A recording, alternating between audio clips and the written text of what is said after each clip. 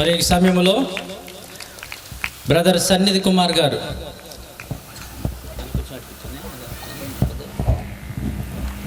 రచించినటువంటి స్వరకల్పన చేసినటువంటి ఒక పాట మరి ఆవిష్కరణ ఉన్నది కనుక ఈ సమయంలో ఒక సీడీ తీసుకురావాలి. వాణి గారు కూడా వేదిక మీదకి రావాల్సిందిగా ప్రభుపేట మనం చేసినాం. సమయం చాలా విలువైనది. ఇక సమయాన్ని మనం చక్కగా సద్వినియోగం చేసుకుందాం. అలాగే మరి దైవజనులు ముఖ్య వాక్యోపదేశకులైన వంశీ గారి ప్రార్థనతో ఈ యొక్క పాటను రిలీజ్ చేద్దాం. సన్నిధి కుమార్ గారు అలాగే సన్నిధి వాణి గారి మధ్య ఈ సమయంలో ఇక్కడ ఉన్నట్లయితే మరి పాట ఆవిష్కరణ దైవజనులు వంశీ అన్న గారు కార్యక్రమం జరిగిస్తారు.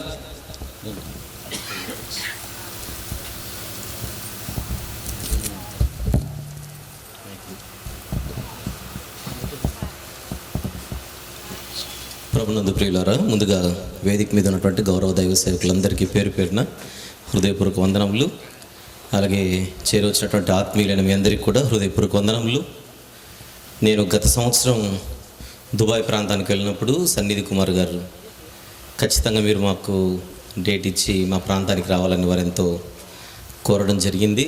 దేవుడిచ్చినటువంటి కృపను బట్టి, నూతన సంవత్సరం బట్టి దేవుని స్తుతిస్తూ ఈ యొక్క సభ మాత్రమే కాదు కానీ చక్కని పాట విడుదల చేసుకోవడానికి దేవుడు కృప చూపుతూ రావడం దేవునికి మహిమ. ప్రార్థన గురించి ఒక చక్కని పాట దేవుడు తన దాసుల చేత వ్రాయించడం ఇది ఎందరికో దీవెనకరంగా. కారణం వాక్యము ప్రార్థన అన్నది విశ్వాస జీవితానికి రెండు నేత్రాలు. ఈ రెండిట్లో ఏది బలహీనమైనా కూడా భక్తి జీవితం బలహీనమవుతుంది. ఇలాంటి పాటల ద్వారా చక్కని మాటలు సమాజానికి అందడం ఎంతో దీవెనకరం. మరి ఈ యొక్క పాట విషయంలో రచనకు సన్నిధి కుమార్ గారిని, అలాగనే గాత్ర పరిచర్యకు సహోదరులు రాజు గారిని, అలాగే సంగీత పరిచర్యలకు సహోదరులు ప్రశాంత్ గారిని, ఇంకా పలువురిని దేవుడు వాడుకున్నందుకు దేవుని స్తుతిస్తూ మనం ప్రార్థనాపూర్వకంగా ప్రార్థన అనేటువంటి పాటను విడుదల చేసుకుందాం. ప్రేమగల తండ్రి, జీవం గల నాయన, పరిశుద్ధుడు అయినటువంటి మహా గొప్ప దేవ, మీరిచ్చిన తలాంతులు మాత్రమే మావి కానీ మా సొంత శక్తి, మా సొంత జ్ఞానము తండ్రి మాకంటూ ఏదీ లేదు మీరు ఇస్తే తప్ప అని మీ సన్నిధిలో మేము ఒప్పుకొనుచున్నాం. మీ దాసులను చక్కగా వాడుకొని చక్కని పరిచర్యలో మీరు నడిపించినందుకు స్తుతులు చెల్లిస్తూ ఆలోచనాత్మకమైనటువంటి మాటలతో కూడుకున్న ఈ పాటను ఆశీర్వదించమని, ఎందరో జీవితాలలో ప్రభువా ప్రార్థనా జీవితాన్ని మరి బలపరచులాగున ఒక చక్కని సాధనముగా ఈ కీర్తన సమాజంలో నిలిచిపోనట్లుగా సహాయం చేయమని, బలమైన శక్తిగల పవిత్రమైన మీ పాదముల చెంత ఈ పరిచర్యను పెట్టుచూ దీవించమని పరిశుద్ధాత్మని సహాయముతో యేసుక్రీస్తు ప్రభువారి మహోన్నతమైన నామములోనే ఈ ప్రార్థన మనవులు మీకే సమర్పించి వేడుకొనుచు పొందుకొనుచున్నాము తండ్రి. ఆమెన్. తండ్రి యొక్కయు, కుమారుని యొక్కయు, పరిశుద్ధాత్మని యొక్క నామంలో ఈ పాటను మనం విడుదల చేసుకుందాం. అందరూ కూడా చెప్పలు కొట్టుదాం. దేవుడికి ఇచ్చిన తలంతుల ప్రకారం దైవజనులు మా ఆత్మీయ సహోదరులు సన్నిధి కుమార్ గారికి ఇచ్చిన గొప్ప తలంతులు బట్టి ఇది రెండవ పాట అనుకుంటున్నాను అన్నగారు. రెండవ పాట, మొదటి పాట వాక్యం అంటే దేవుడు అని తెలుసుకునే పాట చక్కగా అది దుబాయ్లో ఆవిష్కరించారు. ఈ రెండవ పాట ప్రార్థన ప్రభు అనే పాట. ఈరోజు ఒక పాటను కూడా వీడియో మనం చూద్దాం. లైట్లు ఆపి ఒకసారి ఆ పాట ప్లే చేయవలసిందిగా కోరుచున్నాం. ఈ సమయంలో కానుకల పాట పాడిన తర్వాత ముఖ్య వాక్యోపదేశానికి మనం సమయం ఇద్దాం. మరి ఈస్ట్ గోదావరి నుంచి వచ్చిన వై రాంబాబు గారు, సహోదరులు వై రాంబాబు గారు వచ్చి ఒక ప్రత్యేకమైన పాట పాడుచుండగా ఈ భారమైన పరిచర్య కొరకు మీ వంతు సహకారాన్ని కోరుచు మరి సమయం పాట పాడవలసిందిగా కోరుచున్నాం. సమయాన్ని ఇస్తున్నాం.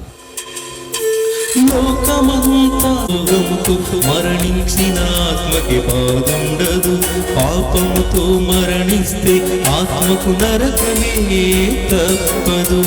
నీతిమంతుడు రోగముతో మరణించిన ఆత్మకి బాధు దూరమయ్యాక తనపై చూపించే ప్రేమ వ్యర్థం.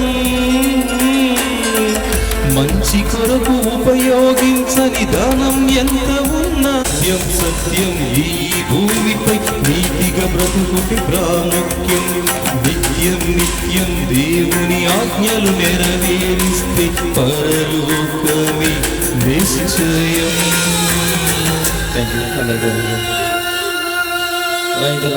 చక్కగా పాట పాడి దేవునికి నామాన్ని మహిమపరిచిన సహోదరులు రాంబాబు గారికి యొక్క సభ ద్వారా ప్రత్యేకమైన వందనాలు తెలియజేస్తున్నాను. ముఖ్య వాక్యోపదేశం కొరకు దైవజనులు గాడ్స్ విల్ గారు వచ్చి ప్రార్థనలు నడిపించవలసిందిగా ఈ సమయాన్ని వారికి ఇచ్చుచున్నాను. ఈ సమయంలో గాడ్స్ పాపానికి శాపానికి విడుదల కలునుగాక. యేసు క్రీస్తు నామములో మీ ఆత్మ అగ్ని. యేసు క్రీస్తు నామములో ఈ గ్రామం దీవించబడునుగాక. యేసు క్రీస్తు నామములో మీ ఆత్మ అగ్ని అభిషేకం కుమ్మరించబడునుగాక. పాపానికి శాపానికి ప్రజలు విడుదల కలునుగాక. ఈ సువార్తమానం ద్వారా యేసు క్రీస్తు నామములో వచ్చిన బిడ్డ దీవించబడును పడునుగాక. ఈ సువార్తమానం ద్వారా ప్రజలు దీవించబడునుగాక. దేవా మీకే స్తోత్రం. మీ నామములో కార్యములు జరిగించి దీవెన చేసయ్యా. ఈ గ్రామంలో ప్రజలందరూ రక్షించుకుని రాకర్షితపరచుకోండి. యేసు క్రీస్తు నామములో దేవా మీ బిడ్డకిచ్చిన కార్యములు దీవించండి, ఆస్వాదించండి. ఎవరైతే మీకు ఇచ్చిన వారి బిడ్డ దీవించబడునుగాక. అంతగా మధ్యలో ఉన్న సేవలందరూ దీవించబడునుగాక. ఈ దినం వాక్యము ద్వారా మీరు మాట్లాడండి. ఆ వాక్యం వింటున్న ప్రతి బిడ్డ రక్షణ పొందునుగాక.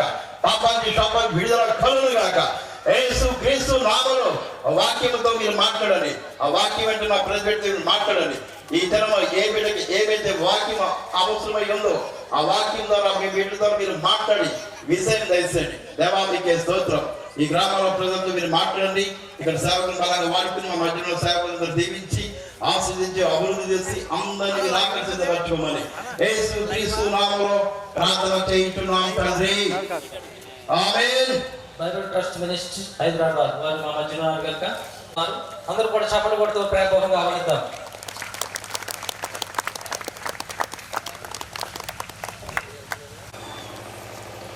దేవునికి స్తోత్రం.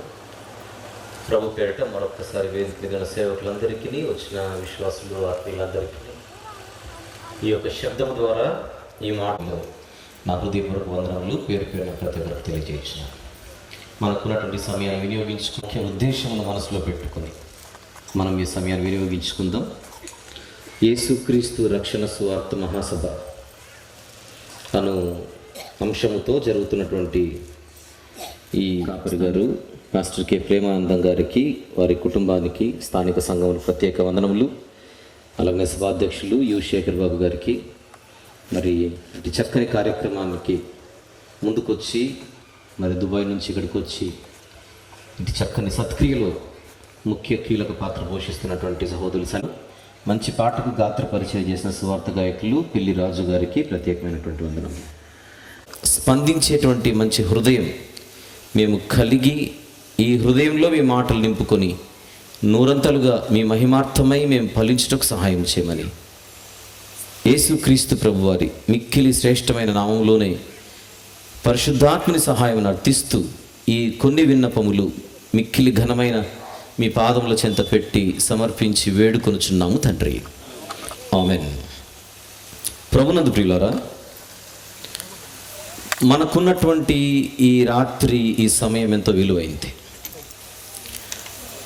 మన ముందున్నటువంటి అంశము కూడా అంతకంటే విలువైంది. యేసుక్రీస్తు రక్షణ సువార్త మహాసభ. యేసుక్రీస్తు ప్రభు గురించి బైబిల్లో ఉన్నటువంటి ఒక అద్భుతమైన మాట, మనకు బాగా సుపరిచితమైన మాట. డిసెంబర్ మాసంలో అనగా గడిచిన మాసంలో బాగా మనము చదివిన మాట ఒకసారి చూద్దాం. లూకాసు వార్త 2వ అధ్యాయం. లూకాసు వార్త 2వ అధ్యాయం 10వ వచనము చూద్దాం. అయితే ఆ దూత భయపడకుడి, ఇదిగో ప్రజలలో కొందరిక, ప్రజలందరిక. అది మనం గుర్తుపెట్టుకుందాం. ప్రజలందరికీ కలుగబోవు మహా సంతోషకరమైన సువర్తమానము నేను మీకు తెలియజేయుచున్నాను. ఏమిటది? దావీదు పట్టణమందు నేడు రక్షకుడు మీ కొరకు పుట్టి ఉన్నాడు, ఈయన ప్రభు అయిన క్రీస్తు. ప్రజలందరికీ అవసరమైన వార్త ఒకనాడు పరలోకము నుండి ఈ లోకానికి వచ్చింది. ఆ వార్తను తెచ్చినవాడు ఒక గొప్ప దూత. యేసుక్రీస్తు ప్రభువారు మానవునిగా భూమి మీద అడుగు పెట్టిన తొలి రోజున వచ్చిన తొలి సందేశం అది. ఆయన పుట్టుకను పురస్కరించుకొని క్రిస్మస్ అనే పేరుతో ప్రపంచమంతా ప్రతి ఏటా పండుగ జరుపుకుంటోంది. క్రిస్మస్ అనే పేరుతో ఇప్పటికీ లెక్కలేనన్ని సందేశాలు గత 2000 సంవత్సరాలుగా ఈ భూమి మీద ప్రకటించబడుతూ వచ్చాయి. ఇన్ని లక్షల సందేశాలలో కోట్లన్నా కూడా ఆశ్చర్యపోవాల్సిన అవసరం లేదు. లెక్క పెట్టలేనన్ని సందేశాలు ఈ ప్రపంచంలో ఇప్పటికే ప్రకటించబడి ఉండగా అందులో మొట్టమొదటి క్రిస్మస్ సందేశమే, ఆయన భూమి మీద అడుగు పెట్టిన తర్వాత మొట్టమొదటి సందేశమే లూకా సువార్త 2వ అధ్యాయము 10-11 వచనములు. వార్త తెచ్చినది దూతైనా, వార్త చెప్పినది గొర్రెల కాపరులకైనా, ఆ వార్త మాత్రం ప్రజలందరిది. అది సందేశం. ప్రజలందరూ కూడా ఈ వార్తను విన్న తర్వాత ఎలాంటి అనుభూతిని పొందాలో దూతగారు చెబుతున్నారు. సంతోషమా? మహా సంతోషమా? ప్రజలందరికీ కలుగవలసినది మహా సంతోషకరమైన వార్త ఇది. దాని పేరు సువార్త. సువార్త అంటే క్రీస్తును గూర్చిన మాట, అది సువార్త.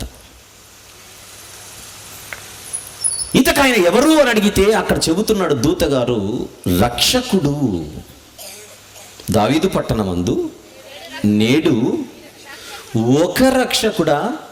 రక్షకుడా అక్కడేముంది? రక్షకుడే. ఇంకా 2వ రక్షకుడు, 3వ రక్షకుడు, 4వ రక్షకుడు ఉండరు. బడిలో టీచర్లు ఎక్కువ మంది ఉంటారు, కోర్టులో లాయర్లు ఎందరో ఉంటారు, ఆసుపత్రిలో డాక్టర్లు ఎందరో ఉంటారు, ప్రభుత్వంలో మంత్రులు ఎందరో ఉంటారు. కానీ రక్షకుడు మాత్రం ప్రపంచానికి ఒక్కడే. ఆయన పేరే యేసు క్రీస్తు. ఇది సత్యం. పెయింటర్ అనే పదం వాడితే మనకు వెంటనే ఆయన పెయింట్ చేస్తాడు అని గుర్తొస్తుంది. డ్రైవర్ అని మనం పదం వాడితే ఆయన డ్రైవ్ చేస్తాడు. టీచర్ అనే పదం వాడితే ఆయన టీచ్ చేస్తాడు. మరి రక్షకుడు అనే పదం వాడితే ఆయన రక్షిస్తాడు అని అర్థం కావాలి. రక్షకుడు అనే పదములోనే ఆయన పనేంటో కనబడుతోంది. ప్రజలందరూ ఎందుకు సంతోషించాలి అని అడిగితే వచ్చిన రక్షకుడు ఇచ్చేదే రక్షణ. నశించిన దానిని వెదకి రక్షించుటకే ఈ లోకానికి ఆయన వచ్చాడు. పాపులను రక్షించుటకే ఆయన ఈ లోకానికి వచ్చాడు. తన ప్రజలను వారి పాపముల నుండి రక్షించుటకే ఆయన ఈ లోకానికి వచ్చాడు.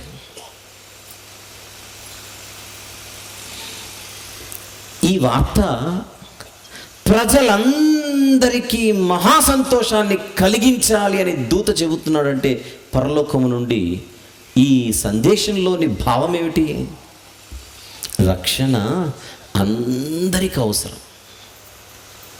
పారాసెటమాల్ ట్యాబ్లెట్ అందరికీ ఏం అవసరం లేదు, జ్వరం వచ్చినోడికి. సారిడాన్ అందరికి అవసరం లేదు, తలనొప్పునోడికి. రక్షణ మాత్రం అందరికీ. ఎందుకు? ఏ భేదమును లేదు, అందరూ మూట కట్టుకున్నారు కనుక టన్నుల కొద్దీ. దాని పేరే పాపము. పాపము వలన వచ్చు జీతము మరణం. విషయం ఏంటంటే మనం నీళ్లు తాగేటప్పుడు అప్పుడప్పుడు ఒంటిపై వస్త్రాలపై ఆ నీటి చుక్కలు పడతాయి. దానిని నీటి మరక అని అంటాం. నీటి మరక పోవాలంటే గాలి తగిలితే చాలు, లేదా ఎండ తగిలితే చాలు, పెద్ద కష్టపడాల్సిన అవసరం లేదు. టీ కానీ కాఫీ కానీ తాగేటప్పుడు అప్పుడప్పుడు కొంచెం చిట్లే అవకాశం ఉంది. అది కాఫీ మరక. నీటి మరక కంటే కొంచెం మొండిది. గాలికి నిలబడితే పోదు, ఎండ తగిలితే పోదు, ఏ సబ్బో లేదా ఇంకేదన్నో తగలాలి, పౌడర్ తగలాలి, అప్పుడు పోతుంది. మరకలలో రకాలు చెబుతున్నా, నీటి మరక, కాఫీ మరక. ఈ రెండిటికంటే మొండిది నూనె మరక. తినేటప్పుడు ఆ కూరలోని నూనె పడితే ఫ్యాన్ ఆన్ చేస్తే పోదు, 5లో పెడితే కుదరదు. కొన్ని సందర్భాలలో సబ్బుకు కూడా లొంగది మరక. అంతకంటే శక్తివంతమైందో తగలాలి. కొందరు చెబుతారు నిమ్మకాయ పిండాలి అని. నిజమే అది. మనకు కూడా జిడ్డు అయినప్పుడు నూనె నిమ్మకాయ అలా రాసుకుంటే ఆ జిడ్డు పోతుంటుంది. నిమ్మకాయ కూడా పోకపోతే ఇంకొకటి ఏదో తగలాలి. నేను 3 మరకలు చెప్పా: నీటి మరక, కాఫీ మరక, నూనె మరక. ఈ మూడిటికంటే మొండిది పెన్నులోని ఇంకు మరక. ఇది నిమ్మకాయ వాళ్ళ అమ్మమ్మ వచ్చినా పోదు, డ్రై క్లీనర్స్కి ఇవ్వాల్సిందే. వాళ్ళు వారం రోజులు దాంతో కుస్తీ బట్టి పోగొట్టి అప్పుడు ఇస్తారు. ఇది ఇంకా మొండి మరక, ఇంక్ మరక. విషయం ఏంటంటే వీటన్నిటికంటే తాత లాంటి మరక ఒకటి ఉంది, దాని పేరే పాపం. ఇది పాపం అనే మరక. పాపం అనే మరక అంటుకుంటే ఫ్యాన్ గాలికి నిలబడితే పాపం పోదు, సూర్యుని ఎండ తగిలితే పోదు, నిమ్మకాయ తగిలితే పోదు, సబ్బు రాస్తే పోదు, డ్రై క్లీనర్లకు ఇచ్చినా పోదు. ఈ పాపం అనే మరకను పోగొట్టగలిగే శక్తి ఒక్క యేసుక్రీస్తు ప్రభు శిలువలో కార్చిన రక్తానికి మాత్రమే ఉంది.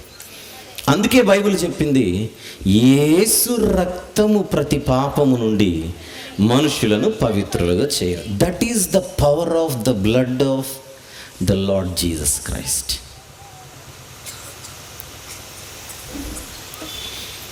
ఈ రాత్రి మనము కూడుకున్న సభ పేరు యేసుక్రీస్తు రక్షణ సువార్త సభ. మన గురించి మాట్లాడుకోవడానికి కాదు సభ ఇది. మన గొప్పతనం గురించి మాట్లాడుకోవడానికి అసలే కాదు. ఈ సమాజానికి, ఈ ప్రపంచానికి యేసుక్రీస్తు ప్రభు యొక్క అవసరత ఎంతుందో గుర్తు చేయడానికి ఏర్పాటు చేసిన సభ ఇది. సువార్త సభ. మొదటి వర్తమానంలో మనం విన్నాం, ఇది ఆత్మలను రక్షించుటకు శక్తి కలిగినది. రోమపత్రిక చూసిన వచనం, మొదటి అధ్యాయంలో చూసిన మాటను ఇంకొకసారి చూద్దాం. 16వ వచనం, సువార్తను గూర్చి నేను సిగ్గుపడువాడను కాను, ఏలైనగా నమ్ము ప్రతి వానికి. కండిషన్, ప్రజలందరికీ కలుగబో మహా సంతోషకరమైన సువర్తమానం. కానీ ప్రజల జీవితాల్లో సంతోషం నిండాలంటే వాళ్ళు చేయవలసిందేంటి? నమ్మాలి. ప్రకటించబడే యేసుక్రీస్తు ప్రభుకు చెందిన రక్షణ సువార్తను ఎవరైతే నమ్మెదరో వారికి రక్షణ కలుగు చేయుటకు అది దేవుని శక్తి అయి ఉన్నది. యూదుడా, గ్రీసు దేశస్థుడా, దాసుడా, స్వతంత్రుడా, యజమాన, స్త్రీనా, పురుషుడా అనే భేదం లేదు. ఇది అందరికీ. తెలియని వాళ్ళు అంటుంటారు, ఆ యేసుక్రీస్తు ఆయన పలానా దేశానికి చెందినవాడు, వాళ్ళకు మాత్రమే అవసరమని. అలా చెప్పలేదు బైబిల్. ఈ మధ్య కాలంలో, అంటే కొన్ని వందల సంవత్సరాలు కనుక్కుందాం, క్రైస్తవులుగా పిలువబడుతున్న కొందరిలో ఈ యొక్క బలహీనత చోటు చేసుకుంది. వాళ్ళు కూడా యేసుక్రీస్తు ప్రభు కొందరి కోసమే వచ్చాడు అనే బోధ చేస్తున్నారు. అలా చెప్పలేదు బైబిల్. ఆయన అందరి కొరకు వచ్చినవాడు. నమ్ము ప్రతివానికి రక్షణ కలుగు చేయుటకు ఆయన శక్తిమంతుడై ఉన్నాడు. Very good. ఇది ఈరోజు ఈ రాత్రి సందేశానికి ఒక చిన్న పరిచయం అనుకుందాం. ఇక్కడి నుంచి ఒక్కొక్క అడుగు ముందుకు వేసుకుంటూ మనకున్న సమయంలో కొంచెం సుదీర్ఘంగా ప్రయాణం చేయడానికి సిద్ధపడదాం. 2000 సంవత్సరాల క్రితం యేసు క్రీస్తు ప్రభువు ఈ లోకానికి వచ్చాడు అని జనరల్గా మనం మాట్లాడుకుంటాం. 2000 సంవత్సరాల క్రితం ఆయన ఈ లోకానికి వచ్చి తన రక్తం గార్చి ప్రాణం పెట్టి సమాధి చేయబట్టి తిరిగి లేచాడు అని మాట్లాడుకుంటాం. అది జనరల్గా మనం మాట్లాడుకునేది. అయితే ఆయన గురించి తెలియజేసే ఒకే ఒక గ్రంథమే బైబిల్. ఆ బైబిల్ అంటుంది ఆయన గురించి ప్రకటన గ్రంథంలో 13వ అధ్యాయంలో ఆయన బలియాగమును గురించి చెప్పినటువంటి మాటను ఒక్కసారి చూద్దాం. ప్రకటన గ్రంథము 13వ అధ్యాయము 8వ వచనం. భూనివాసులందరూ అనగా జగదుత్పత్తి మొదలుకొని వధింపబడి ఉన్న గొర్రెపిల్ల ఆగుదాం. ఎవరి గొర్రెపిల్ల? ప్రభు అయిన యేసుక్రీస్తు వారు. ఈ వచనంలో చెప్పబడుతున్న సంగతి ఏమిటి? ఆయన గురించి వధింపబడిన గొర్రెపిల్ల. ఎప్పుడు 8వ వచనంలో జగదు ఉత్పత్తి మొదలుకొని వధింపబడిన గొర్రెపిల్ల. అంటే యేసుక్రీస్తు ప్రభు ఈ లోకానికి వచ్చి బలైంది 2000 సంవత్సరాల క్రితం అని మనం అనుకుంటున్నాం. బైబిల్ అంటుంది ఆయన వధ జగదుత్పత్తి మొదలుకొని ఏర్పరచబడిందందామా, స్థిరపరచబడిందందామా, చోటు చేసుకుందందామా? ఒక్కసారి మనం ఆలోచించాలి. పోయిన సంవత్సరం జూన్ మాసంలో నేను దుబాయ్ దేశానికి వెళ్ళాను. అక్కడ సన్నిధి కుమార్ గారు నన్ను కలిశారు. నేను ఎప్పుడు ఇండియాకు వచ్చినా మీరు ఒకరోజు డేట్ ఇవ్వాలి, మేము మీటింగ్ పెట్టుకుంటామన్నారు. తర్వాత ఫోన్ కాల్స్లో వాళ్ళ టచ్లో ఉండి ఒక డేట్ ఖరారైంది. అది ఈరోజు 2025వ సంవత్సరము జనవరి 21. మనమందరం సభలో కూర్చున్నాం. సభ చోటు చేసుకుంటున్నది ఇప్పుడైనా ఈ సభ ఏర్పాటు చేయడం, దీని వెనుకల ఆలోచన, ఒక ప్రణాళిక, ఒక తారీఖు, ఇదంతా ఎప్పుడు చోటు చేసుకుంది?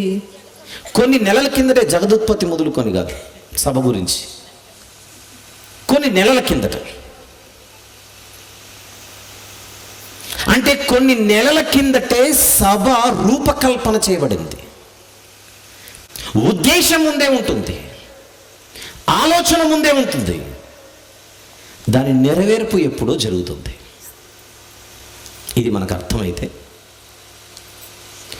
జగత్తు పునాది వేయబడక మునుపే భూమి మీద ఈ బలియాగము జరగాలని ఒక ఆలోచన అన్నది ఉంది. ఈ ఆలోచన వయసు ఎంతో చెప్పన భూమి కంటే ముందటిది, జగత్తు కంటే ముందటిది. ఈ సృష్టి పుట్టుకకు ముందే చరిత్రలో ఈ ఆలోచన ఉంది, ఈ ప్రణాళిక ఉంది, ఈ ఉద్దేశం ఉంది, ఈ సంకల్పం ఉంది. ఇది సృష్టిని చేసిన సృష్టికర్త యొక్క సంకల్పం.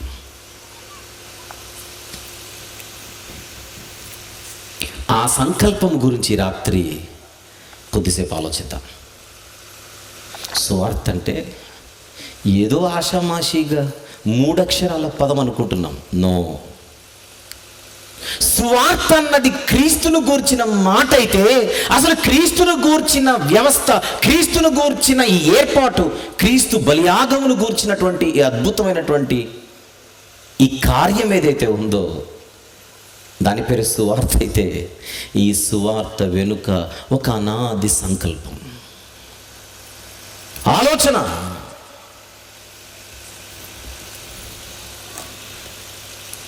ఒక్కసారి యెషయా గ్రంథంలో ఒక మాట చూద్దాం. 46వ అధ్యాయం యెషయా గ్రంథం. యెషయా గ్రంథము 46వ అధ్యాయం 10వ వచనం ఒకసారి చూద్దాం. 10 ఏమంటున్నాడు ఆయన 10వ వచనంలో? నా ఆలోచన నిలుస్తుందా పడిపోతుందా? ఏమని చెప్తున్నాను నేను స్టేట్మెంట్? నా ఆలోచన నిలిచేది. నెక్స్ట్, నా చిత్తం అంతయు నెరవేర్చుకొనేదను. రెండు విషయాలు ఇక్కడ. నా ఆలోచన నిలుచును అంటే దేవుని ఆలోచన ఏమై ఉంది? నిలిచే ఆలోచన అయి ఉంది. తెలుగులో ఆలోచన అనే పదాన్ని ఇంగ్లీష్లో పర్పస్ అని అంటారు, ఇంటెన్షన్ అని అంటారు, ప్లాన్ అని అంటారు. అంటే ఆలోచన అనే తెలుగు పదానికి కొన్ని పర్యాయ పదాలు ఉన్నాయి. ఆలోచన, ఉద్దేశము, ప్రణాళిక, సంకల్పము. అక్కడ ఆలోచన అన్న చోట 4 పదాలని మీ ముందు పెట్టాను. ఆలోచన, ఉద్దేశము, ప్రణాళిక, సంకల్పం. చెప్పండి, ఏమి నిలుచును? దేవుని ఆలోచన నిలుచును, లేదా దేవుని ఉద్దేశము నిలుచును, లేదా దేవుని ప్రణాళిక నిలుచును, లేదా దేవుని సంకల్పము నిలుచును. ఏదేను వనం పండు తినుటకు ప్రేరేపించిన సర్పము లేదా సాతాను. ఆ సర్పం అనే సాతానుతో లోపలికి వెళ్ళిపోతే అదే దేవుని సంభాషణ. నీ సంతానమునకును స్త్రీ సంతానమునకును వైరము కలుగజేతును, అది నిన్ను తల మీద కొట్టును. వచనం తీద్దాం. ఆదికాండము 3వ అధ్యాయం, ఆదికాండము 3వ అధ్యాయం 15వ వచనము చూద్దాం.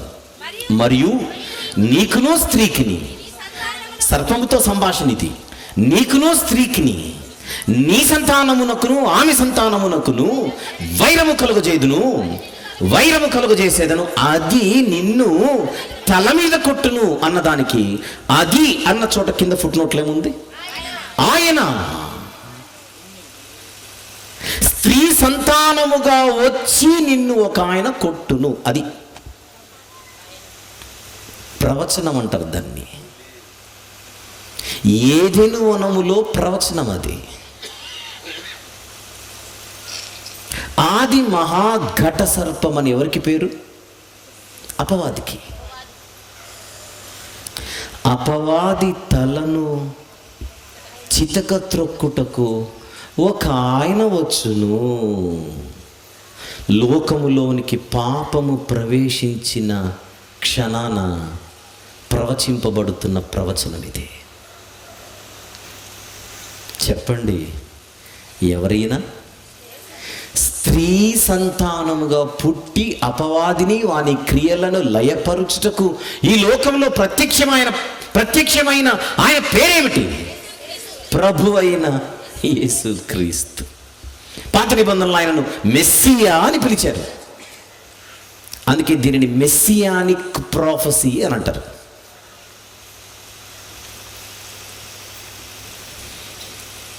ప్రవచనాలలో 2 రకాలు ఉంటాయి, చాలా రకాలు ఉంటాయి. అందులో ప్రస్తుతానికి ఒక 2 రకాలు: ప్రత్యక్ష ప్రవచనాలు, పరోక్ష ప్రవచనాలు. చూడగానే ఇది ప్రవచనం రా అని అనిపించే ప్రవచనాలు, వాటిని మనము ప్రత్యక్ష ప్రవచనాలు అని పిలవచ్చు. చూడగానే అనిపించేది కానీ లోపలికి వెళ్తే అనిపిస్తుంది, అవి పరోక్ష ప్రవచనాలు. ఇప్పుడు మనం చూస్తున్నది ఒక ప్రత్యక్ష ప్రవచనం. దీని కొరకు పెద్దగా తలకిందులు తపస్సు చేయాల్సిన అవసరంలా. ఆది మహాఘట సర్పమును చితక త్రొక్కడానికి లోకానికి పాత నిబంధనలో రాబోచున్నది ఎవరు అని అడిగితే పసిపిల్లని అడిగినా చెబుతారు మెస్సియా అని. మానవుల మధ్య మొట్టమొదట ఓపెన్ చేయబడిన ఒక అద్భుతమైన దేవుని సంకల్పం. మెస్సియా ఈ లోకానికి రావాలి. నేను మెస్సి అనగానే మనకు గుర్తు రావాల్సిన మరొక పేరేమిటి? యేసుక్రీస్తు. అది మర్చిపోకూడదు. పాత నిబంధనలు ఆయన ఏమని పిలిచారు? మెస్సియా ఈ లోకానికి రావాలన్నది ఏ ఆలోచన అయితే దైవాలోచనగా దైవ సంకల్పముగా ఉన్నదో అది మొట్టమొదట ఏదెను వనంలో ప్రవచింపబడింది. యెషయా గ్రంథం 46:10 మర్చిపోకండి. ఏమన్నారు దేవుడు? నా ఆలోచన నిలుస్తుందే కానీ అది ఓడిపోదు. సాతాను అన్నవానికి దేవుడు ముందే క్వశ్చన్ పేపర్ ఓపెన్ చేశాడు. దాన్ని క్వశ్చన్ పేపర్ లీక్ చేయడం అంటారు మన భాషలో.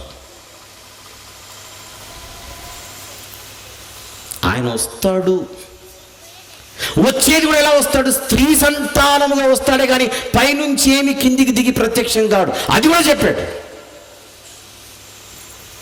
స్త్రీ సంతానముగానే పుడతాడు. అప్పుడు సాతానుకు స్త్రీ మీద కన్నుబడింది. ఈమె కడుపున పుట్టినోడు ఎవడు కూడా బాగుపడకూడదు, ఈమె కడుపున పుట్టిన ఎవడు కూడా గొప్పగా బతకూడదు అని ఆ స్త్రీకి పుట్టిన మొదటి బిడ్డని తన ఖాతాలోకి వేసుకున్నాడు. కయీను అతని పేరు. రెండవ బిడ్డ గొప్పగా బతుకుతున్నాడు. అలాగైతే ఈ మనిషి భూమి మీద బతకూడదు. బతికుంటే నా వెనుక ఉండాలి, నా వెనుక లేకపోతే సచ్చి తీరండి. ఇది సాతాను ఆలోచన. కయీను తన సంబంధిగా మార్చుకున్నాడు. కయీనును హేబేలు భూమి మీద బతకకుండా చంపించేశాడు. ఇక్కడ గమనించాల్సింది ఏంటో చెప్పనా? స్త్రీ సంతానముగా ఎవడు పుట్టినా వాడు బతికితే నా కొరకు బతకాలి. ఒకవేళ దేవుని కొరకు బతకాల్సి వస్తే భూమి మీద ఉండకూడదు. ఎందుకు ఇదంతా? అసలు ఆయన ఈ లోకానికి రాకూడదు. ఆదికాండం 3:15 ఒక ఆయన వస్తాడని ముందే చెప్పాడుగా, ఆయన రాకూడదు. ఆయన రాకుండా చేయాలి. అందుకొరకు స్త్రీ సంతానాన్ని నేను పట్టుకోవాలి.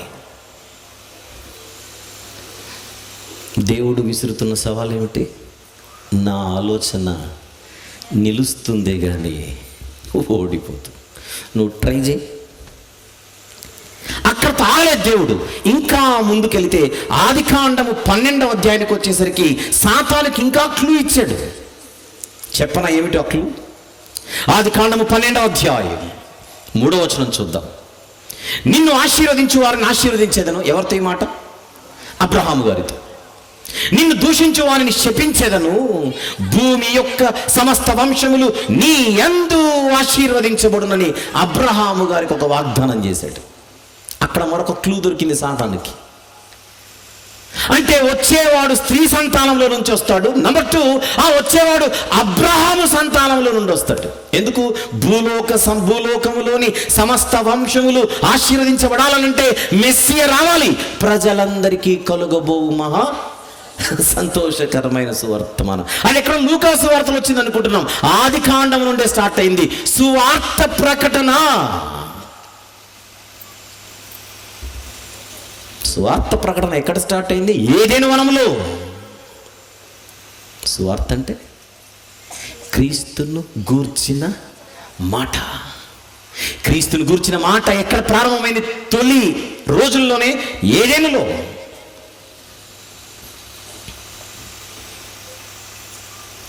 భూమి యొక్క సమస్త వంశములు నీ యందు, ఆ పదం చూడండి, నీ యందు అబ్రహామా నీ యందు అన్నాడు 12వ అధ్యాయంలో.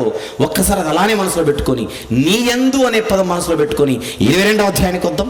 ఆదికాండం 22:18. ఆదికాండం 22వ అధ్యాయం 18వ వచనం. మరియు నీవు నా మాట వినినందున భూలోకములోని జనములన్నీ నీ యందు అన్నాడు. ఇక్కడ 12వ అధ్యాయంలో నీ సంతానము వలన ఆశీర్వదించబడునని ఆయన ప్రమాణం చేస్తున్నాడు. More clarity. కాలం గడిచే కొద్దీ స్పష్టత పెరుగుతోంది సువార్తలో. నంబర్ 1, స్త్రీ సంతానంలో పుడతాడు. నంబర్ 2, అబ్రహాము సంతానములో వస్తాడు. నీ యందు అంటే అబ్రహాం అని కాదు, అక్కడ అబ్రహాం యొక్క సంతానము వలన.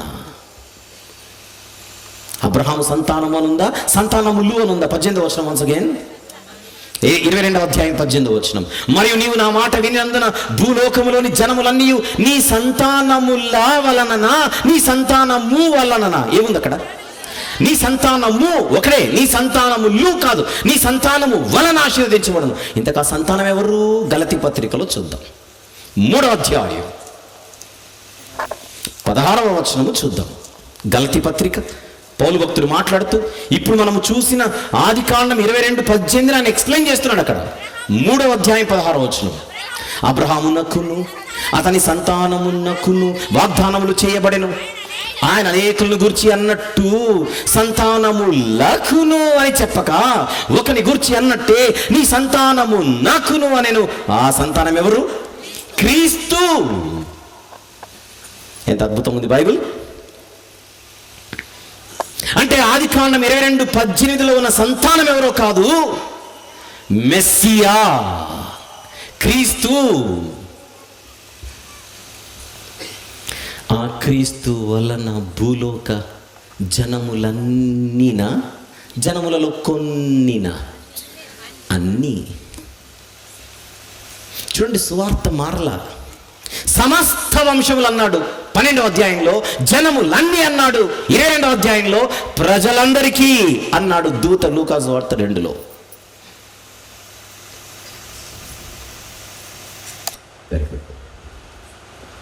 అవసరాన్ని బట్టి నేను ఆదికాండం 22 చూపించానే కానీ మనం ఇంకా ఆదికాండం 12లో ఉన్నట్టే. ఆదికాండం 12లో సాతానుకు దొరుకుతున్న క్లూ ఏమిటి? అబ్రహాము ఫ్యామిలీ నుంచి వస్తాడన్నమాట, నన్ను కొట్టేవాడు. ఆదికాండం 12వ అధ్యాయంలో అబ్రహాము గారి భార్య పేరేమిటి? శారమ్మ. అప్పుడు అర్థమైంది ఎవరికి. అంతెందుకు 12 నుంచి 15వ అధ్యాయానికి వద్దాం ఒకసారి. 15 ఆదికాండము 15వ అధ్యాయం 4వ వచనం చూద్దాం. యెహోవా వాక్యం అతని యొద్దకు వచ్చి, ఇతడు నీకు వారసుడు కాడు, నీ గర్భవాసమున పుట్టబోచున్నవాడు నీకు వారసుడగును. మళ్ళీ వాగ్దానం, పిల్లలు లేరనే బాధతో బతుకొద్దు అబ్రహాము, నీకు నేను త్వరలో పిల్లలు ఇవ్వబోతున్నాను, నీకు కుమారుడు పుట్టును. చెప్పండి, ఆదికాండం 15వ అధ్యాయంలో అబ్రహాము గారి భార్య ఎవరు? శారమ్మను. అంటే నీకు ఒక కుమారుడు పుడతాడు అని అంటే దాని అర్థం ఏంటి? నీకు శారా గారికి ఇద్దరికి కలిపి బిడ్డ పుడతాడు. అడిగి అర్థమైంది. వెంటనే శారమ్మ దగ్గరికి వెళ్ళాడు, నీకు పిల్లలు పుట్టరు, ఇంకొక ఆమెను ప్రపోజ్ చేయి, ఆమె ద్వారా కంటాడు, నువ్వు మాత్రం సైలెంట్గా ఉండు. ఇప్పుడు శారమ్మను నడిపించింది ఎవరు అనుకుంటున్నారు? 16వ అధ్యాయంలో వాడే. ఎందుకు?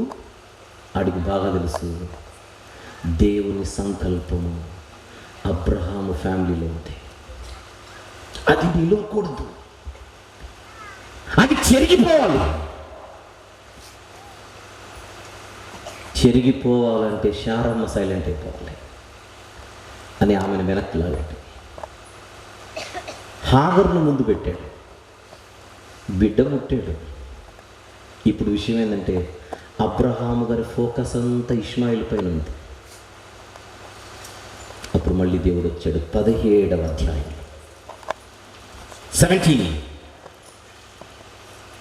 15వ వచనం నుండి చూద్దాం. 15 నుంచి. మరియు దేవుడు నీ భార్య అయిన శారయి పేరు శారయి. అప్పటికి ఇష్మాయిల్ పుట్టేశాడు.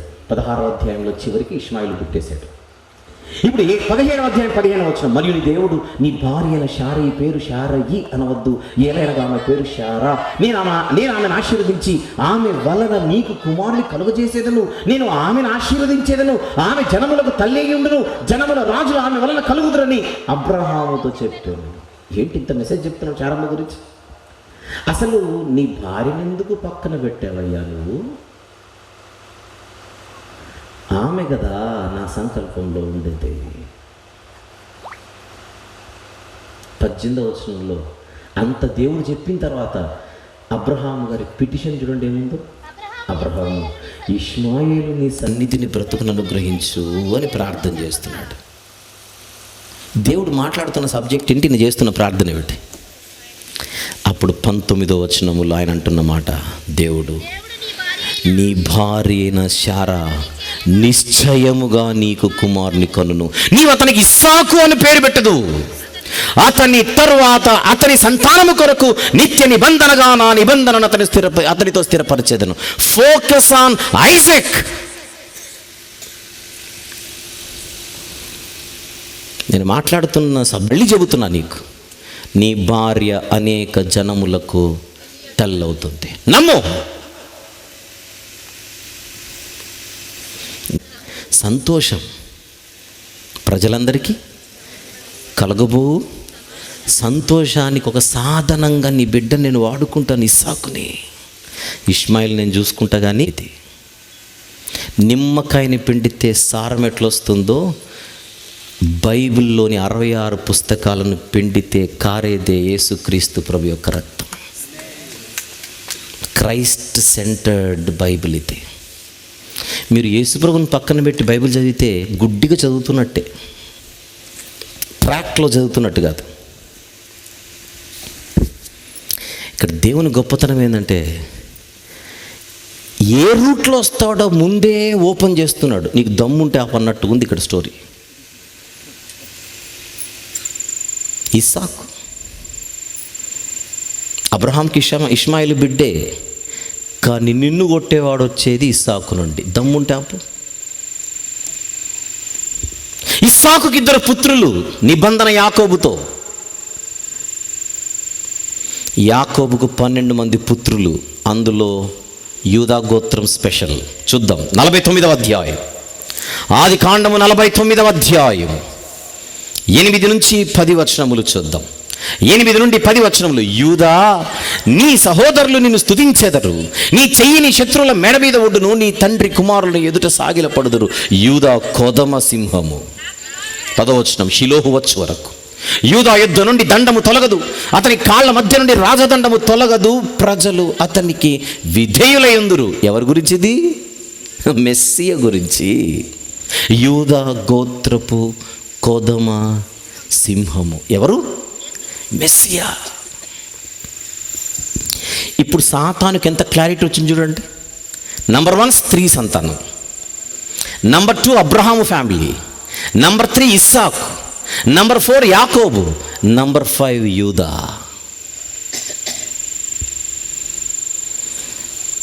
ఎవడైనా శత్రువుకి ఎన్ని క్లూస్ ఇస్తాడా? దేవుడు క్లూస్ ఇచ్చి ఫైటింగ్ చేస్తున్నాడు. అప్పుడు అపవాది ఫరో దగ్గరకు వచ్చాడు. నీ ఐగుప్తు దేశంలో ఒక జనాంగం రోజు రోజుకి విస్తరిస్తుంది, ఆ జనాంగములో నుండి మగబిడ్డలు ఇక మీదట పుట్టకూడదు, పుడితే చంపేయి. అది నిర్గమకాండం తెలుసు మనకు. హెబ్రీయుల స్త్రీలు మగబిడ్డను కంటే మీరు చంపేయాలి అని రాజాజ్ఞ. పాపం అపవాది వర్కౌట్ కాల. ఎందుకు? ఇది చెరగని దేవుని సంకల్పం. పసిబిడ్డలను లేపేయాలనే ఆలోచన అపవాదిది భగ్నమైపోయింది. ఆపలేకపోయారు. విచిత్రం ఏంటంటే అలా నెమ్మదిగా ఇశ్రాయేలీలు రోజు రోజుకి బలపడుతున్న నేపథ్యంలో ఆ ఇశ్రాయేలు జాతి చుట్టూ శత్రువులు పోగైపోయారు. భూరాజులందరూ ఏకమవుతున్నారు. ఈ భూరాజులందరినీ అపవాది రేపుతున్నాడు. ఏమిటి? ఈ జనాంగం అన్నది భూమి మీద ఉండకూడదు. చూద్దాం కొన్ని వచనాలు. కీర్తనల గ్రంథములోని 2వ కీర్తన, కీర్తనల గ్రంథములోని 2వ కీర్తన మొదటి నుంచి. అన్యజనులు ఏల అల్లరి రేపుచున్నారు, జనములు ఏల వ్యర్థమైన దానిని తలంచుచున్నవి. మనము వారి కట్లు తెంపుదము రండి, వారి పాశములను మన యుద్ధ నుండి పారివేయదము రండని చెప్పుకొనుచు భూరాజులు యెహోవాకును ఆయన అభిషక్తునికి. ఎవరి అభిషక్తుడు? మెస్సియా. విరోధముగా నిలబడుచున్నారు, ఏలికలు ఏకీభవించి ఆలోచన చేయుచున్నారు. ఏంటిదంతా? ఇశ్రాయేలీలు భూమి మీద లేకుండా చెయ్యాలి అని భూరాజులందరూ ఏకమవుతుంటే ఆకాశమందు ఆసీనుడైన వాడు నవ్వుచున్నాడు, ప్రభువు వారిని చూచి అపహసించుచున్నాడు. ఎందుకు నవ్వుచున్నాడు? మీది వ్యర్థ ప్రయాసరా, అయ్యే పని కాదు. 83వ కీర్తన గ్రంథములోని 83వ కీర్తన 2వ వచనం. నీ శత్రువులు అల్లరి చేయుచున్నారు, నిన్ను ద్వేషించువారు తల ఎత్తి ఉన్నారు, నీ ప్రజల మీద వారు కపటోపాయములు పన్నుచున్నారు. ఎవరి ప్రజలు పాత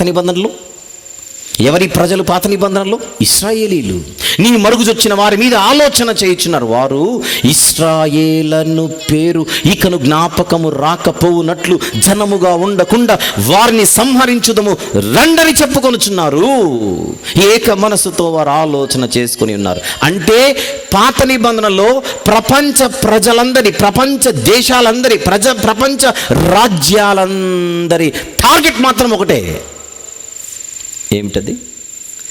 ఇశ్రాయేలీలు అనేవాళ్ళు భూమి మీద ఉండకూడదు.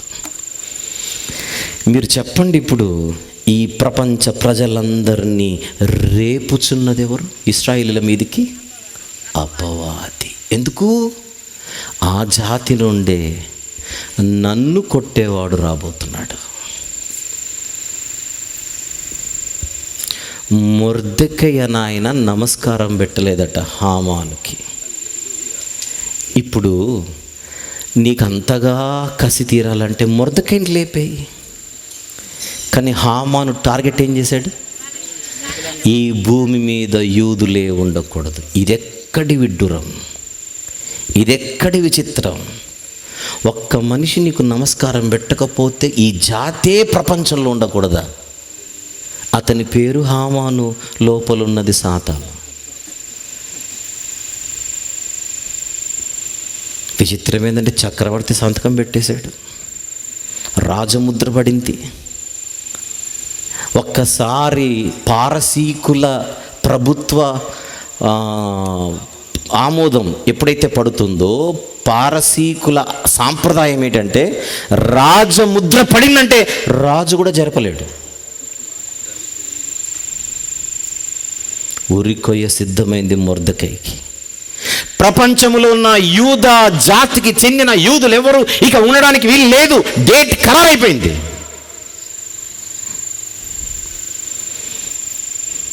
విచిత్రం ఏంటంటే ఉరికయ్య అలాగనే ఉంది, మనిషి మారాడు. మొర్దెకై తల ఎత్తాడు, హామాను తల దించాడు. ఎందుకో చెప్పనా? ఇది దేవుని చెరగని సంకల్పం. అపవాది ఆలోచనలను మనము చరిత్రలో చూడగలగాలి. రాకూడదు, రాకూడదు, రాకూడదు, ఆయన రాకూడదు, ఆయన రాకూడదు. అది వాడి గేమ్ అంతా ఒకటే, వాడి ఫైటింగ్ అంతా ఒకటే. ఆయన రాకూడదు. క్లూ నాకు బాగా ఇచ్చేసాడు. స్త్రీ సంతానం నంబర్ 2, అబ్రహాము ఫ్యామిలీ నంబర్ 3, ఇస్సాకు నంబర్ 4, యాకోబు నంబర్ 5, యూదా లేదా ఇశ్రాయేలీలు. ఇంకా చెప్పనా? దావీదు వంశము, దావీదు వంశము. యూదా గోత్రమే వంశమే వంశం, దావీదు వంశం. ప్రవచనం అవసరమైతే రాసుకోండి. సమూయేలు 2వ గ్రంథం 7వ అధ్యాయం, సమూయేలు 2వ గ్రంథం 7వ అధ్యాయము 12 నుంచి 14 వచనములు. అంత అవసరం లేదు కానీ రాసుకుంటే చాలు. నీ దినములు సంపూర్ణములగునప్పుడు నీవు నీ పితరులతో కూడా నిద్రించిన తర్వాత నీ గర్భములో నుండి వచ్చిన నీ సంతతిని హెచ్చించి రాజ్యమును అతనికి స్థిరపరిచేది. 14వ వచనం వరకు వెళ్తే అది అందులో దానిని ద్విముఖ ప్రవచనం అంటారు. త్వరలో సొలొమోను, సుదూరములో ప్రభువైన యేసుక్రీస్తు వారు. వీటిని డబుల్ ప్రాఫెసీస్ అంటారు, లేదా 2-fold ప్రాఫెసీస్ అని అంటారు.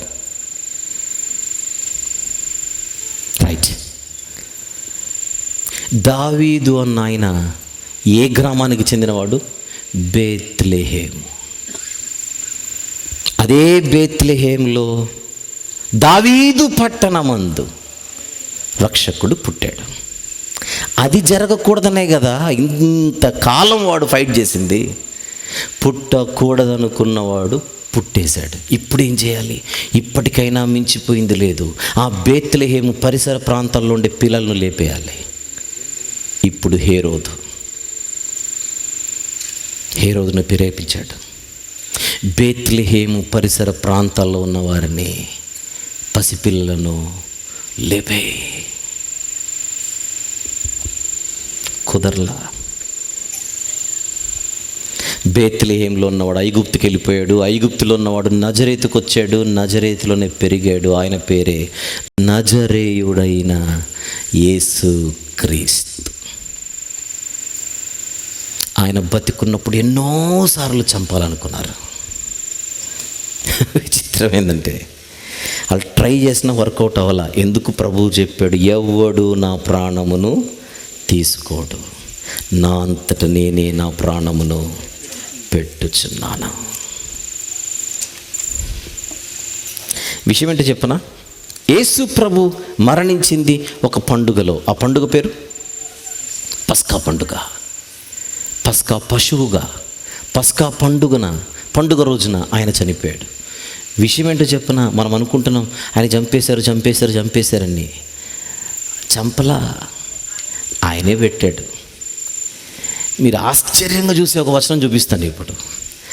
ఎవరైతే ఆయనను అప్పగించారో, ఎవరైతే ఆయనను చంపారో, ముఖ్యంగా వాళ్ళ ఆలోచన ఏంటో చెప్పనా? యేసు ప్రభును పండుగలో చంపకూడదు, పండుగ అయిన తర్వాత చంపాలి. అది వాళ్ళ ప్లాన్. చూద్దాం. మత్తయి సువార్త 26వ అధ్యాయం. యేసు ఈ మాటలన్నీ చెప్పి చాలించిన తర్వాత జరిగినదేమనగా, మత్తయి సువార్త 26వ అధ్యాయం మొదటి నుంచి చదువుతున్నాను. యేసు ఈ మాటలన్నీ చెప్పి చాలించిన తర్వాత జరిగినదేమనగా, ఆయన తన శిష్యులను చూచి 2 దినములైన పిమ్మట పస్కా పండుగ వచ్చుననియు, అప్పుడు మనుష్య కుమారుడు సిలువ వేయబడుటకై అప్పగింపబడుననియు మీకు తెలియను. ముందే చెప్పాను మీకు, పస్కా పండుగ వస్తుంది, పండుగలో నన్ను సిలువేస్తారు. బాగా ఆలోచించండి అన్నమాట. పస్కా పండుగ వస్తుంది, పండుగలో నన్ను సిలువేస్తారు. అది 2వ వచనం. ఇంకొకసారి చదువుతాను. 2 దినములైన పిమ్మట పస్కా పండుగ వచ్చును, అప్పుడు మనుష్య కుమారుడు సిలువ వేయబడును. అది ప్రభు మాట 2వ వచనం. ఇప్పుడు 3వ వచనం. ఆ సమయమున ప్రధాన యాజకులను, ప్రజల పెద్దలను, కయపాను ప్రధాన యాజకుని మందిరంలోనికి కూడి వచ్చి యేసును మాయోపాయము చేత పట్టుకొని చంపవలెనని ఏకమై ఆలోచన చేసిరి. అయితే ప్రజలలో అల్లరి కలుగకుండునట్లు పండుగలో వద్దని వాళ్ళు అన్నారు. పండుగలో వద్దు అని వాళ్ళు అనుకున్నారు. పండుగలోనే నేను సిలువ వేయబడతాను ఆయన ముందే చెప్పాడు. ఏది జరిగిందో మీరే చెప్పాలి. పండుగల్లో సిలువ వేయబడ్డాడు, పండుగ తర్వాతనా? పండుగలోనే. ఎందుకు? ఇది చెరగని దేవుని ఆలోచన, సంకల్పం. నా ఆలోచన నిలుచును. ఆ సిలువను గూర్చిన వార్తే సువార్త. ఈ సువార్త దేవుని చెరగని ఆలోచన. ఆదికాండములోని ఏదేను వనము నుంచి స్టార్ట్ అయింది భూమి మీద సువార్త ప్రకటన. ఎవరిది? ఇక్కడ పేరు ఉంది, యేసుక్రీస్తు రక్షణ సువార్త స్టార్ట్ అయింది. ఫస్ట్ మీటింగ్ ఎక్కడో చెప్పనా? మట్టపర్రు కాదు, ఏదేను తోట. ఏదేను తోటలో స్టార్ట్ అయిన సువార్త ప్రకటన యాత్ర మట్టపర్రు వరకు వచ్చింది. ఎవడు ఆపలేకపోయాడు. గత 2000 సంవత్సరాలుగా ఇది భూమి అందంతటా ప్రకటించబడుతూనే ఉంది. ఈ సువార్తకు సంఖ్యలు వేయాలని చాలామంది ఆలోచిస్తుంటారు. అవ్వదు, వ్యర్థ ప్రయాస. అలా ఎవరైనా అనుకుంటే ఆకాశమందు ఆసీనుడైన వాడు నవ్వుచూ ఉంటాడు. గాలిని పట్టుకోవడానికైనా నీ ప్రయాస? No chance.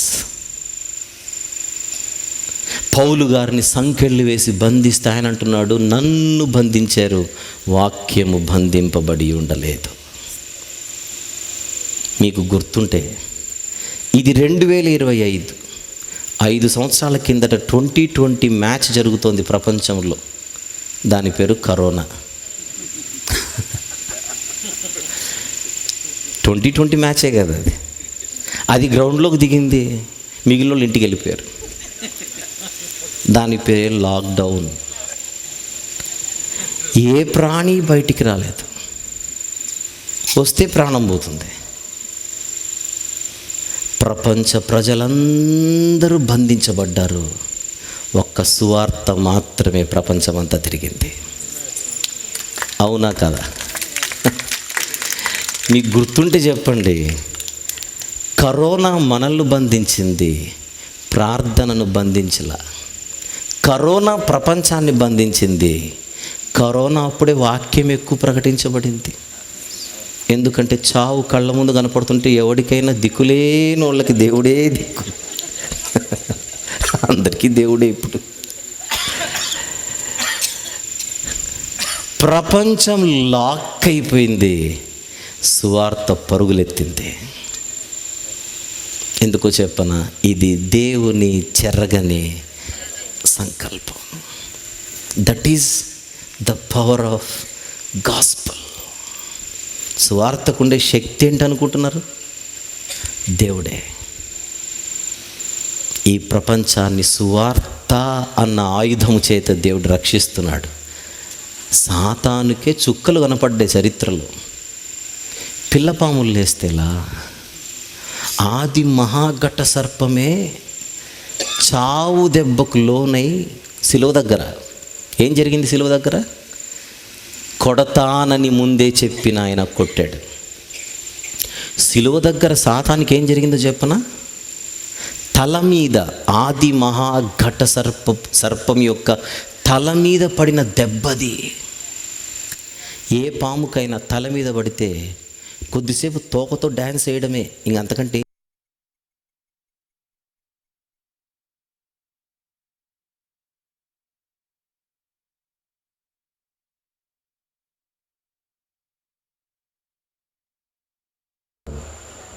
తలకాయని ఆయన కొట్టి తోక మనకిచ్చాడు, ఆడుకోండ్రా అని.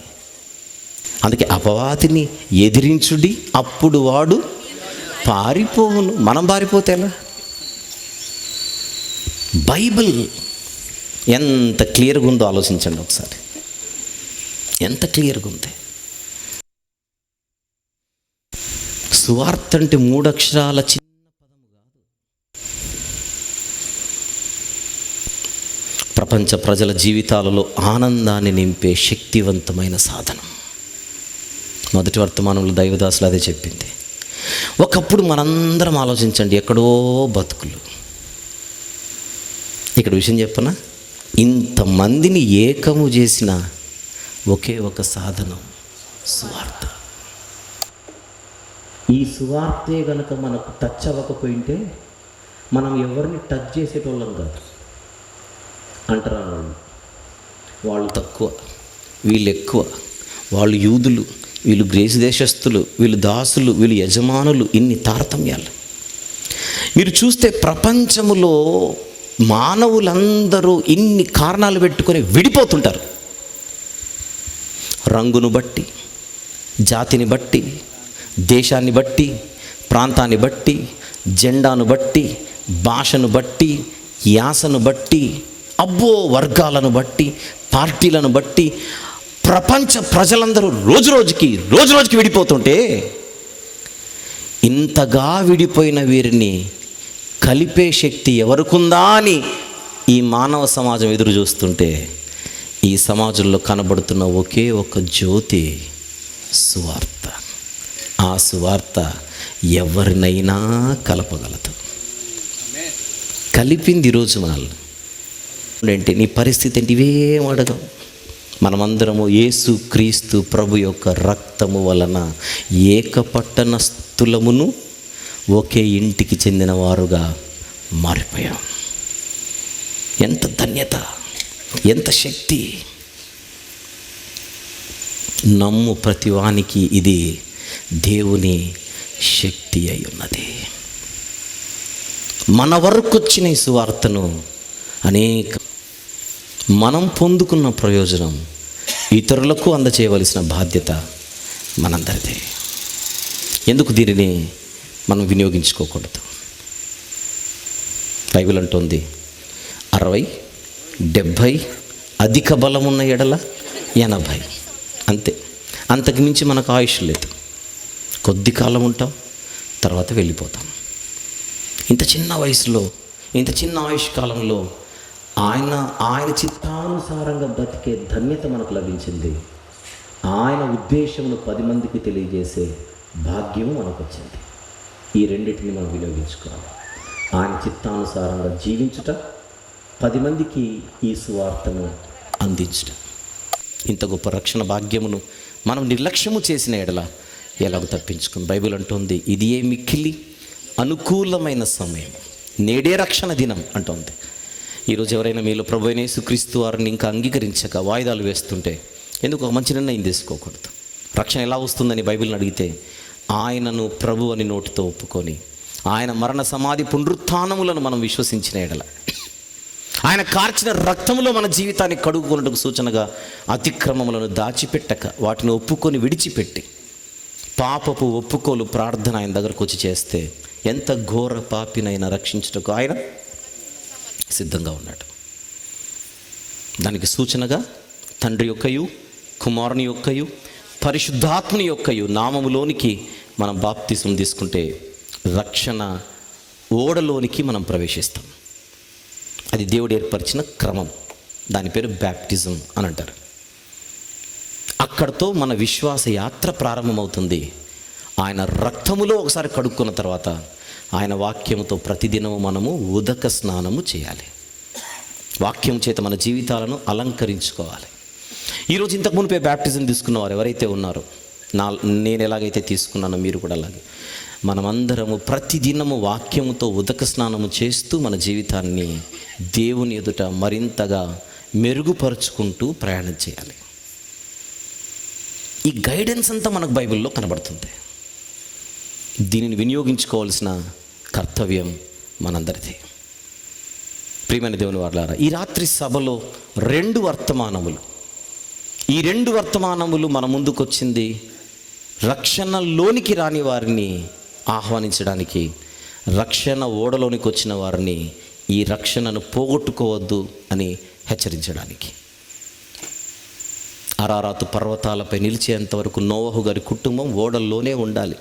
బయటికి వెళ్ళి ఆడుకొని వస్తామంటే ఇంకా లోపలికి రావడానికి అవకాశం ఉండదు. ఇది అంతే. ఒకసారి వెలిగింపబడిన తర్వాత నేను బయటికి వెళ్ళిపోతానంటే కుదరదు. ఈ ఓడలోనే ఉండాలి. ప్రళయం వచ్చిన ఈ ఓడ తొణకదు. అంత శక్తివంతమైనది ఈ రక్షణ అనే ఓడ. ఈ మాటలు వినిపింపజేయడానికే స్థానికంగా ప్రేమానందం గారు దైవ సేవకులు, వారి మిత్రులు సన్నిధి కుమార్ గారు, అలాగనే మా ప్రియ తమ్ముడు గిద్యోను గారు, వీరందరూ దుబాయ్లో ఉంటూ సభాధ్యక్షులుగా ఉన్నటువంటి శేఖర్ గారు, వీళ్ళందరూ కూడా దుబాయ్లో కలిసి అక్కడ వారు ప్రభు పరిచర్యలో ఉంటూ తిరిగి సొంత దేశానికి వచ్చిన తర్వాత కూడా మేము ఇదే మిత్రబంధముతో, సహోదర ప్రేమతో, సత్క్రియల యందు మేము ఆసక్తి కలిగి ముందుకు సాగాలి అని వారు ఆలోచించి ఇంతమంది మంచి దైవ సేవకులను ఆహ్వానించి, ఇంతమంది విశ్వాసులను ఆహ్వానించి ఏర్పాటు చేసి ఈ మాటలు వినిపించడానికి వారు ముందుకు వచ్చారు. విత్తబడిన ఈ విత్తనాలన్నీ అందరి హృదయాలలో గొప్పగా ఫలించాలి. అలా వ్యర్థమైపోకూడదు. అలాంటి ఒక చక్కని నిర్ణయం మనం తీసుకోవాలి. నేను ముగించే ముందుగా మొదటిసారి మీ మధ్యకు వచ్చాను కనుక ఒక చిన్న పరిచయం చేసుకొని నేను ముగిస్తాను. మేము ఒక బైబిల్ కాలేజ్ నడుపుతూ ఉన్నాం. చర్చ్ మినిస్ట్రీ మాత్రమే కాకుండా ఈ బైబిల్ కాలేజ్ పేరు బైబిల్ అకాడమీ. ఇందులో ఆన్లైన్ బైబిల్ కోర్సులు, ఆఫ్లైన్ బైబిల్ కోర్సులు అనేవి మేము ఆఫర్ చేస్తూ ఉంటాం. ప్రస్తుతానికి ఆన్లైన్, ఆఫ్లైన్ నుంచి లాంగ్ టర్మ్ బైబిల్ కోర్సెస్ నడుస్తున్నాయి. దగ్గర 300 మంది అన్ని ప్రాంతాల నుంచి, south India, north India, America, Israel, అలాగనే ఎమిరేట్స్, సింగపూర్, ఇలాంటి ప్రాంతాలన్నిటి నుంచి ఆన్లైన్లో బైబిల్ కోర్సెస్ చాలామంది అభ్యసిస్తున్నారు. చిన్న పరిచయం చేసి నేను ముగిస్తాను. ప్రతి సంవత్సరం ఒక్కొక్క బ్యాచ్ని మేము తయారు చేస్తూ ఉంటాం. అందులో భాగంగా ఈ సంవత్సరం ఒక బైబిల్ ప్రాథమిక course, Bible basic course, certificate in theology అనేటువంటి పేరుతో ఒక కోర్స్ని మేము ఆఫర్ చేస్తున్నాం. ఇది ప్రాథమిక బైబిల్ కోర్స్ 1 year మాత్రమే ఉంటుంది. 50 తరగతులు ఉంటాయి. ఎవరికైనా, పురుషులైనా స్త్రీలైనా తెలుగు చదవడం రాయడం వస్తే చాలు, వారి ఇంటి దగ్గర నుంచే వారు బైబిల్ నేర్చుకునేటువంటి సదవకాశం. ఈ క్లాసులన్నీ నేనే తీసుకుంటాను పర్సనల్గా.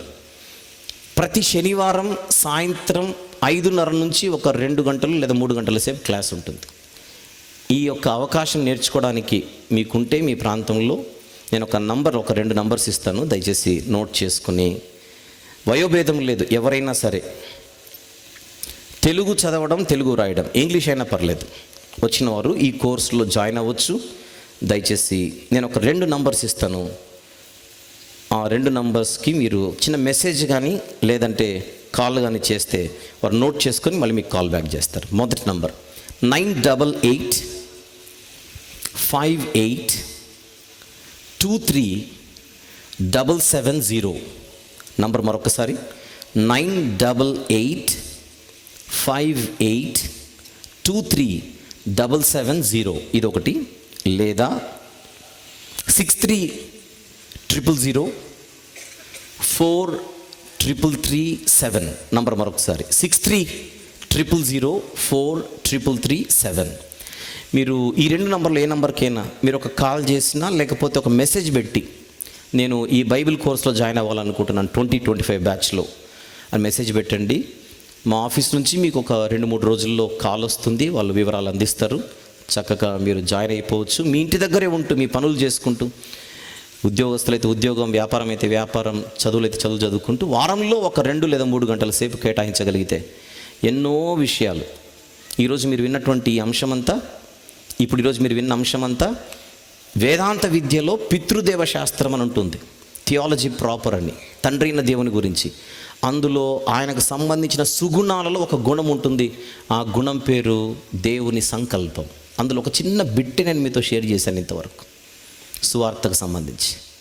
ఇలాంటివి ఎన్నో అద్భుతమైన లోతైన విషయాలు step by step, course by course నేర్పించడం జరుగుతుంది. అవకాశం ఉన్నవారు, ఆసక్తి కలిగిన వారు వినియోగించుకోవచ్చు. మరొకసారి వేదిక మీద ఉన్న దైవ సేవకులకు, స్థానిక సంఘ కాపరి గారికి, సన్నిధి కుమార్ గారికి, సభాధ్యక్షులకు, అలాగనే ప్రియతమ్ముడు గిద్యోను గారికి, అందరికీ పేరు పేరున నా హృదయపూర్వక వందనములు తెలియజేయచ్చు. ఈ మాటలు ముగిస్తున్నాను. చిన్న ప్రార్థన చేసుకుందాం. ప్రేమగల తండ్రి, జీవం గల నాయన, పరిశుద్ధుడైన మహా గొప్ప దేవ, ఇంత చక్కని వాతావరణాన్ని మాకు అనుగ్రహించి ఈ శ్రేష్టమైనటువంటి మాటలు మేమందరము ధ్యానించుటకు మీరిచ్చినటువంటి ఇంత గొప్ప భాగ్యమును బట్టి స్తుతులు చెల్లిస్తూ ఉన్నాం. విత్తబడిన ప్రతి మాట అందరి హృదయాలలో 100 ఫలించుటకు సహాయం చేయండి నాయన. ఈ రక్షణ సువార్తలోని శక్తి మరియు ఆవశ్యకత ఎంతుందో అందరూ గుర్తించి గ్రహించి, సువార్త వెలుగు చేత అనేక మంది జీవితాలు నింపుటకు, సాధనాలుగా వాడబడుటకు సహాయము చేయమని ఈ రాత్రి సభకు మీరు సాధనాలుగా వాడుకున్న మీ పిల్లలందరినీ బట్టి స్తుతులు చెల్లిస్తూ, వారందరికీ రావాల్సిన ఈవులు గొప్పగా అనుగ్రహించమని మరొకసారి మిమ్మును మాత్రమే స్తుతిస్తూ, మహిమపరుస్తూ, ఘనపరచుచు యేసుక్రీస్తు ప్రభువారి దివ్యమైన నామములోని ప్రార్థన మనవులు మీకే సమర్పించి వేడుకొనుచు పొందుకొని ఉన్నాము తండ్రి. Amen, amen, amen. ప్రభుపేట అందరికీ వదనములు. Thank you very much.